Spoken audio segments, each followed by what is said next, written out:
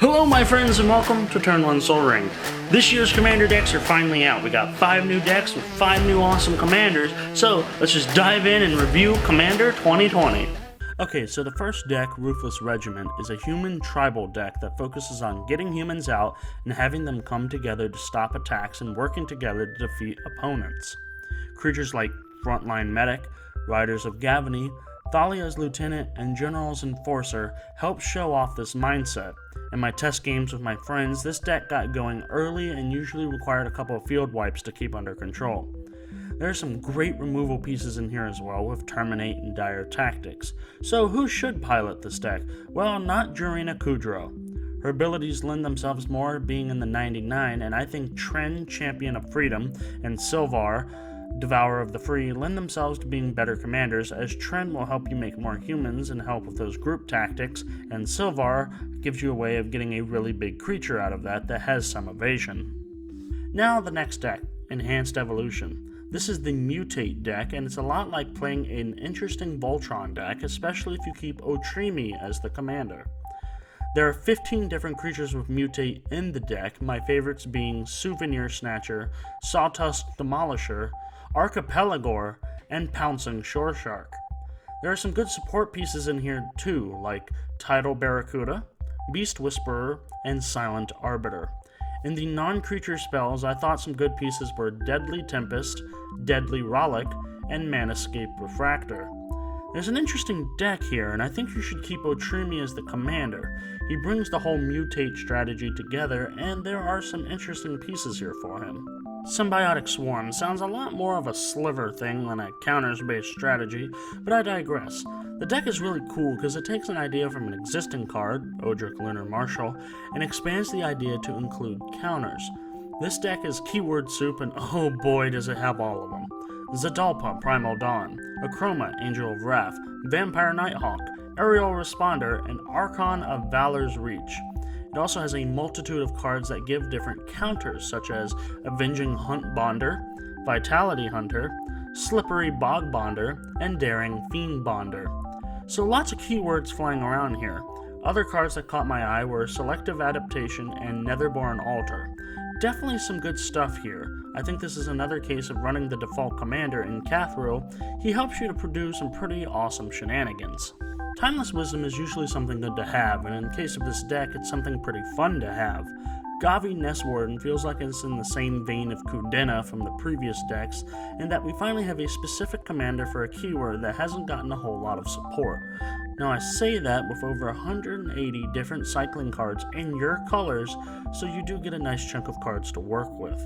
Looking at some individual cards, there are some cycling supporters here that are great, like Herald of the Forgotten, Spellpire Phoenix, Surly Badgersaur, Curator of Mysteries, Abandoned Sarcophagus, Crystalline Resonance, Drakehaven, and New Perspectives. Definitely some good cycling fun to be had here. I am going to break the chain here, and I'm going to recommend that you use the partner commanders for this deck because buff Sky Shark that can heal you. It's a Jesus Shark. Embrace Jesus Shark and his human companion. Now finally, Arcane Maelstrom. Now this is basically how many times can I copy a spell. There's a lot of great pieces in this deck like Twinning Staff, Glade Muse, Eon Frolicker, Dualcaster Mage, Rashmi Eternity's Crafter, Melik Izzet Paragon, and good old Atali. This is the deck with the most amount of instants, with only one sorcery, and there are some good instants in here such as Deflecting Swat, Decoy Gambit, Chaos Warp, and Whiplash Trap. Teamer decks to me are weird, so this could be a good Spellslinger deck with some beefy creatures. It's mostly up to you. I'd recommend keeping Calamax as the commander, as I feel he does the most with this deck. Now before we get to my final opinions, there is something I want to talk about. Before y'all say anything, I love my LGS. You know, I support them as much as I can, and yes, I know we're in a pandemic right now, but that does not excuse overpricing Commander 2020 product. To give you an example, I bought all 5 decks because I needed to review them for y'all for about $250, which, doing the basic math, that's $50 a deck. Alright, cool. But, if I were to say buy an individual deck, for instance, Gavi here, or if I wanted to buy Timeless Wisdom, Well, that might cost me $60 to $80, depending on which deck I want. This is ridiculous. I am a big proponent for Wizards bringing back MSRP for all of their products because it gives you a baseline price for you to have as a player, so you know when you are either getting a good or a bad deal for a Magic the Gathering product. And this example that I've just told you is just one of countless ones that are probably happening across maybe the United States, maybe the world, depending on how people are able to get to their LGSs, but it's frankly ridiculous to pay higher than $35 for this, because this is pretty much, it's a Commander product. It needs to be reasonably priced so either people can buy it and break it for the cards they want, or new people can get into playing Commander much more cheaply. So that way more people can play Magic, which in turn means more people helping Wizards profit. Instead of milking the player base, you slowly bring more people into the fold, and more people want to learn how to play Magic, and more people can find it affordable too. Now overall, I think these decks are pretty decent. I like them, and you know, I think this is a good entry point for someone into the Commander format. And I like the fact that we have a set with these, so you can buy, let's say, you know, Timeless Wisdom, and then buy some Ikoria, and you immediately have some upgrades already available to you. Now, the thing is, though, I think that mentality is going to be what locks the Enhanced Evolution deck, i.e. the Mutate deck, the most, because so far Mutate is plain locked to Ikoria as an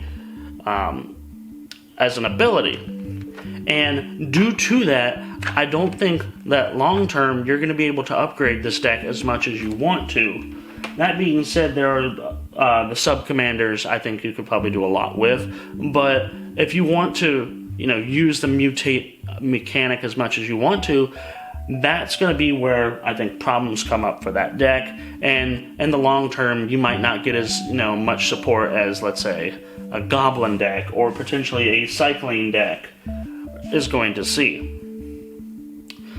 Overall, I think these are some above average Commander decks, and I think the Commander product for this year was alright. So what do you think? What Commander decks are you going to be getting from this year? Let me know in the comment section below. If you enjoyed the video, please leave a like and share this with all of your friends who play Magic. It really does help the channel grow. Something else that helps the channel grow is subscribing. Please do subscribe and make sure to ring the bell so you know when the next Turn 1 Sol Ring video is uploaded. Thanks for watching, and have a good one.